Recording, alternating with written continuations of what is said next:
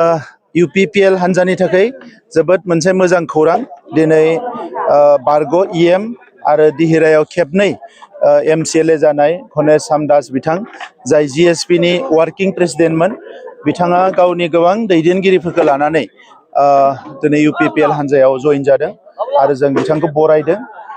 बिथाङा गावनि समष्टिनि माखासे लाइमोन दैदेनगिरि आइजो दैदेनगिरि आरो गुबुन गुबुन दैदेनगिरिफोर लानानै जइन जादों आरो गुबुन गुबुन जायगायावबो GSP नि दैदेनगिरिफ्रा जइन जानो थाखाय इतिमধ্যे लाहार फाहार खालामदों आरो गुबुन गुबुन दोलोनि माखासे सुबुंफ्रा मेम्बारफ्रा जोंनि दोलोआव फैनो थाखाय इतिमধ্যे जगाजग खालामगासिनो दङ। दा बिथाङा जइन जानायनि उनाव दिहिरा ओनसोलाव एबा बिटिआर ओनसोलाव जोंनि दोलोआ जोबोद गोख्रों जागोन आरो बिथाङा जिहेतु गसाइगावनिफ्राय लानानै पर्बतजरानिफ्राय लानानै गासैबो ओनसोलाव खामानि मावदों आरो बिथांखौ बै ओनसोलनि मानसिफ्राबो मोजां मोनो। दा बिथांखौ जोङो गाबोननि गेजेराव जोंनि हान्जानि जोंनि दोलोनि भाइस प्रेसिडेन्ट हिसाबै एपइन्ट होगोन आरो अब्ला बिथाङा जोंनि सासे स्टार केम्पेनार जानानै BTC ओनसोलाव बेरायगोन आरो अब्लानो गोबां जोंनि बिथिङाव जोंहा दोलोआ गोख्रों जाबावगोन आं बेखौ मिजिंथिदों।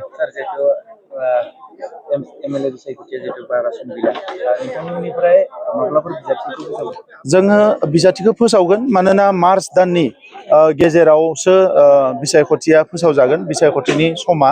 दा नंखायनो जोंनियाव जथेस्थ' सम दोङो। नैबे साननैसोआव जोङो जोंनि ब्लक कमिटियाव प्राइमारि कमिटियाव आरो 15 गासै समष्टियाव जोंनि मेल मिटिंफ्रा सोलिगासिनो दङ। जों बेखौ मोजाङैनो अर्गानाइज खालामबाय थादों। बावैसो लाइमोन हान्जानिफ्राय रेलि जालांबाय, बिनि सिगाङाव माखासे रेलि जादों आरो फैगौ 1 अक्ट'आव जोंहा क'क्राझाराव मोनसे रेलि दङ। गुबुन गुबुन जोंनि दैदेनगिरिफ्रा गासैबो गावबा गावनि ओनसोलफ्राव मिटिं गागासिनो दङ। दा नंखायनो फुल प्रिपारेसनाव जों दङ आरो मार्च दाननि गेजेराव जोंनि बिसायख'थिनि सम फोसावनायनि सिगांनो जोंनि बिजाथिफोरखौ जों फोसावगोन। बिनि सायाव जोंनि हान्जायाव दाबो जों सिरियासलि डिसकास खालामाखै। बे निउस मिडियायाव माखासे खोथा ओंखारगासिनो दङ। बेखौ लानानै जोंनि हान्जायाव जोङो 28 फेब्रुआरिनि उनाव जों सावरायगोन। हाग्रामा महिलारि डिसप'सल होननानै दायो केम्पेइन खालामगासिनो दङ। बिथांमोना गुबुन गुबुन मुं लानानै बेबायदिनो एखमबा प्रग्रामफोरखौ खालामो।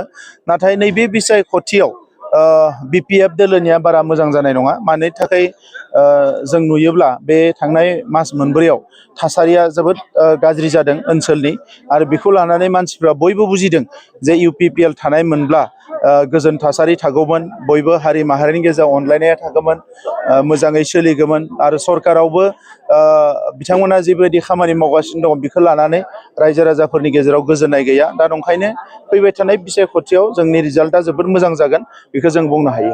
मोनसे खोथाखौ जिहेतु BTC आव जाफेरै मोनसे जिथु हिस्टरि जादों दाखालि बावै एसेम्ब्लियाव जे मास मोनब्रैनिल' जि मोनसे बाजेट सेसन जाबाय। दा बेहाय सार बिनि आन्दोआव माबाफोर दङ नामा सार? बिथांमोना इन्टारिम बाजेट बानायदो बेखौ मास मोनब्रैनि थाखाय। दा बेखौ उनाव माबायदि खालामगोन बिथांमोननि खोथा। नाथाय बेवहाय मोनसे आं नुदों सोलोंथाइ बिफाननि EM बिथाङा जोबोद मोनसे नंखाय बेवहाय एन्सार होदों जे बाक्सा आरो तामुलपुराव थांनाय 5 बोसोराव सोलोंथाइ फसंथानफ्राव जेबो अनसुंथाइ होआखै होननानै। दा बेवहाय बेबायदि एसेम्ब्लियाव नंखाय खोथा बुंनो मोना। जों मालाबाबो बुंबोआखै, जेखौ जों मावदों बेखौनो बुंदों। दा नंखायनो राजखान्थिखौ खालामोब्लाबो एटलिस्ट एसेम्ब्लियाव जिखिनि बाथ्रा बुङो, सदनाव जिखिनि बाथ्रा बुङो, दा बिथाङा सासे MLAबो, दा बे हिसाबै बिथाङा मिथिगौ। दा ओंखायनो बे भुल तथ्यखौ एबा नंखाय बाथ्राखौ बेयाव बुंनो नाङा। बाक्सा आरो तामुलपुराव गोबां फसंथानाव रां होनाय जादों, हायार सेकेन्डारि कलेज, बाक्सानि कलेजाव गंफ्रोमावबो रां मदद होनाय जादों। तामुलपुरनि गंनै कलेज प्रभिन्सियेलाइजबो जाबाय, राङारि मददबो होनाय जाबाय गोबां। जोंनि higher secondary school, LP school, ME school गोबां होनाय जादों। दा बेखौ मिसा खोथा बुंदों, जों बेखौ दुखु मोनदों। बेबायदि राजखान्थिखौ जाहाथे खालामा।